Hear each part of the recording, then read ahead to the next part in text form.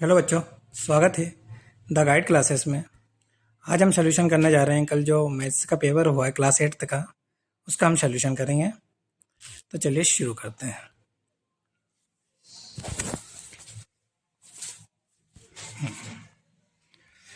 चलिए, क्लास 8 का कल पेपर था हमारा। तो इसका पहला क्वेश्चन था, है ना, पहला क्वेश्चन क्या था हमारा? The value of 2/3 minus minus 2/3 is, है ना। तो इसमें क्या करना था? 2/3 माइनस माइनस 2/3, है ना। तो ये क्या हो जाता है? दोनों माइनस माइनस प्लस हो जाते हैं ना। तो ये क्या हो जाता? नीचे एलसीएम 3 आ जाता है और 2 2 4 हो जाता है। 4/3 आंसर आता है इसका। तो इसका राइट आंसर क्या होता है? 4/3। ठीक है। अगला क्वेश्चन था हमारा, question number 2, the linear equation in one variable is, है ना। तो इसका क्या आंसर आता? यदि हम इसका आंसर देखने जाएं तो इसका आंसर आता है पहला वाला। लीनियर इक्वेशन है जिसकी पावर 1 होती है ना, इसमें एक्स की चर की वेरिएबल की पावर 1 होती है, उसमें आंसर 1 आता है ना। तो इससे एक चर वाला वेरिएबल क्या आएगा? X minus 3। ठीक है। Question number 3, which of the following is not a polygon? कौन सा पॉलीगन नहीं था? बहुभुज नहीं था, रेगुलर पॉलीगन नहीं था। तो हम यदि देखें रेगुलर पॉलीगन, इसमें यहाँ मिस्टेक है क्योंकि यहाँ आता है रेगुलर पॉलीगन। यदि हम हिंदी मीडियम का पेपर उठाते हैं तो वहाँ लिखा रहा है समबाहुभुज। तो इसका जो राइट आंसर होगा ये आएगा रेक्टेंगल, जो रेगुलर पॉलीगन नहीं है ना, क्योंकि इसकी सारी साइड्स और एंगल इक्वल होने चाहिए। तो ये रेगुलर पॉलीगन है, ये है इक्विलेटरल ट्रायंगल है, स्क्वायर है, रेगुलर पेंटागन है, लेकिन रेक्टेंगल रेगुलर पॉलीगन नहीं है क्योंकि उसकी सारी साइड इक्वल नहीं होती है ना। एंगल इक्वल होते हैं लेकिन साइड इक्वल नहीं होती है ना। अगला question, question number 4, the area of a square board is 1/4 square unit length of each of the it's side, है ना। तो इसकी साइड कितना आएगी? एक साइड हम देखें इसकी, तो 12 इंटू 12 क्या होता है? 1/4। तो इसकी ईच साइड पूछिए इसमें, तो 12 यूनिट्स, बी वाला आंसर आएगा इसका। ठीक है। अगला क्वेश्चन है question number 5, for a non zero x the value of x की पावर 4 की भी पावर दे रखी है हमें -3। तो क्या होता है इसका answer?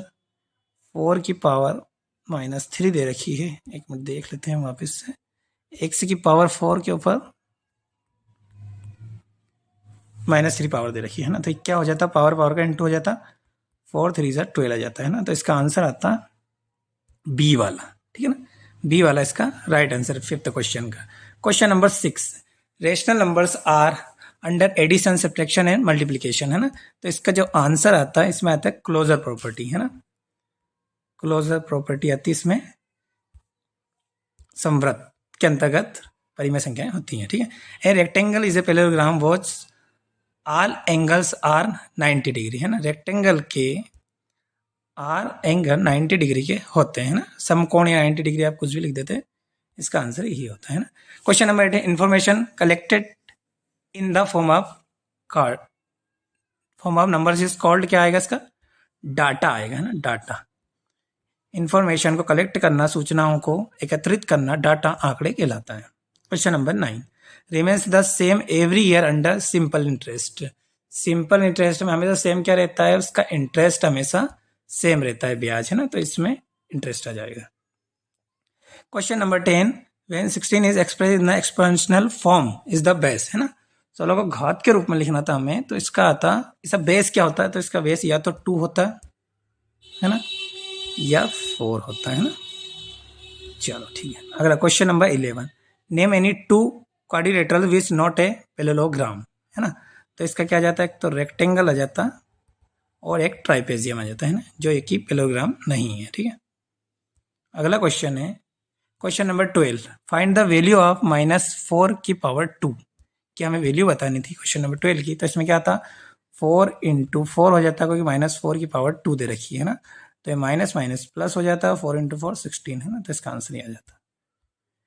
Question number 13, if the cost of 1 kilogram of potatoes is runs for 22 rupees, then what will be the price of 7 KGs of potatoes, है ना। तो इसमें क्या कह रहा है क्वेश्चन? 1 केजी आलू 22 रुपए के हैं, तो 7 केजी आलू कितने के होंगे, है ना। तो ये सीमेंट हो जाता, 154 इसका आंसर हो जाता। ठीक है। Question number 14, what type of ratio proportion is in between the number of people engaged in a work the number of people engaged in a work and the time taken to complete that work, है ना। ज़्यादा लोग लगेंगे तो time कम लगेगा, है ना। तो कौन सी वो लगेगा इसमें, इनवर्स प्रोपोर्शन लगेगा इसमें, है ना, प्रतिलोम समानुपात। उधर्वतिरेक विधि वाला क्वेश्चन था, क्वेश्चन नंबर 15। यूजिंग द उधर्वतिरेक मेथड सॉल्व होता क्वेश्चन, है ना। तो कैसे करते हैं इस क्वेश्चन को, 2x + 1 और 3x + 2, ठीक है ना। तो क्या इन दोनों का इंटू कर लेते हैं, 3 × 2 = 6x² और लास्ट का इंटू कर 2 × 1 = 2, इसका इंटू इधर हो जाता 4x हो जाता है और ये 3x हो जाता है ना। तो 6x² + 7x + 2 इसका आंसर आ जाता। अगला क्वेश्चन है हमारा,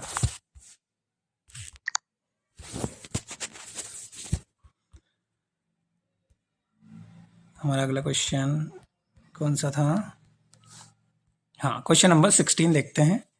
find the cube root of 216 using विलोकनम मेथड। विलोकनम विधि से 216 का हमें क्या निकालना था, क्यूब रूट। तो इसका यदि हम देखें तो 3 3 के पेयर बन रहे हैं, इसका 6 आंसर आ जाता है ना। लास्ट ईयर का क्वेश्चन था ये। Question number 7, find 3 rational numbers between 2/3 and 4/5। बहुत बच्चों को ये क्वेश्चन समझ में नहीं आया, बट ये बहुत इजी क्वेश्चन था। 2/3 4/5 का हमें क्या निकालने थे, यदि हम यहाँ 15 का इंटू करेंगे तो 45 आ जाएगा। हमें इनके बेस सेम करने थे, तो यहाँ 9 का इंटू हो जाता, ठीक है ना।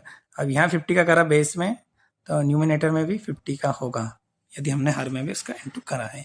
तो इतना हो जाता 30/45 और इधर क्या हो जाता 9 हो जाता, तो 36/45। अब इनके बीच के नंबर लिख देते हम, है ना। जैसे 31/45, 32/45, हमें इनके बेस सेम करने थे, ठीक है। 33/45, 3 नंबर लिखने थे रेशनल नंबर, ठीक है। अगला क्वेश्चन था 18, find the value of z in the equation. है इक्वेशन दे रखी है हमें, इक्वेशन दे रखी है, देख लेते हैं। 4z, ठीक है ना, 4z - 2 = 6 + 2z, है ना।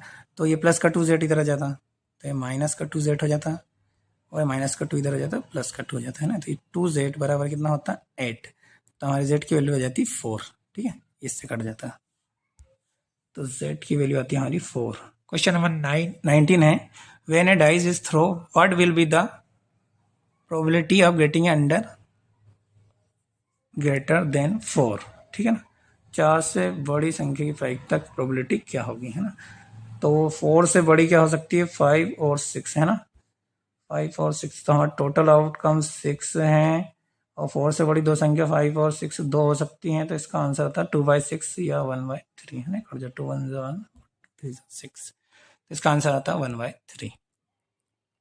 Question number 20, find the length of a side of a square park, the area which is 2025 square metre, है। तो इसमें हमारा क्या होता है, 2025 हमें टोटल पार्क का एरिया दे रखा है, इसकी साइड, वन साइड फाइंड करनी थी, है ना।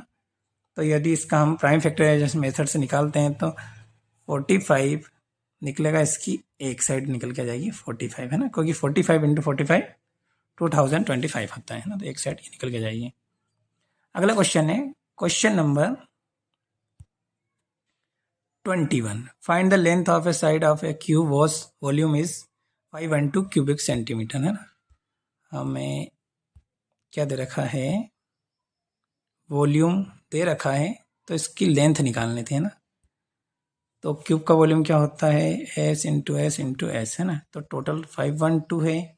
इसका भी हम प्राइम फैक्टर मेथड से निकालते हैं, ये इस पे करनी चढ़ाते हैं, तो ये कितना हो जाएगा, 8 × 8 × 8, है ना। तो एक साइड निकालेंगे इसकी, तो आइए हमारी 8 निकल के जाएगी, है ना।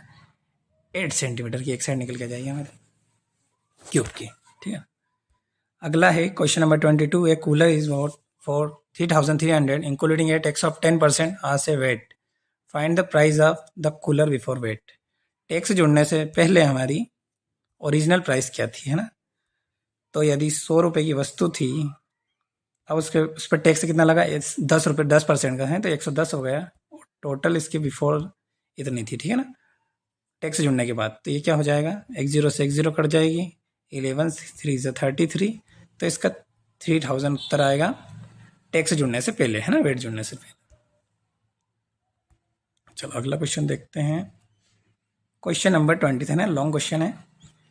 Simplify a bracket a square plus a plus 1 bracket 1 plus 5 and find the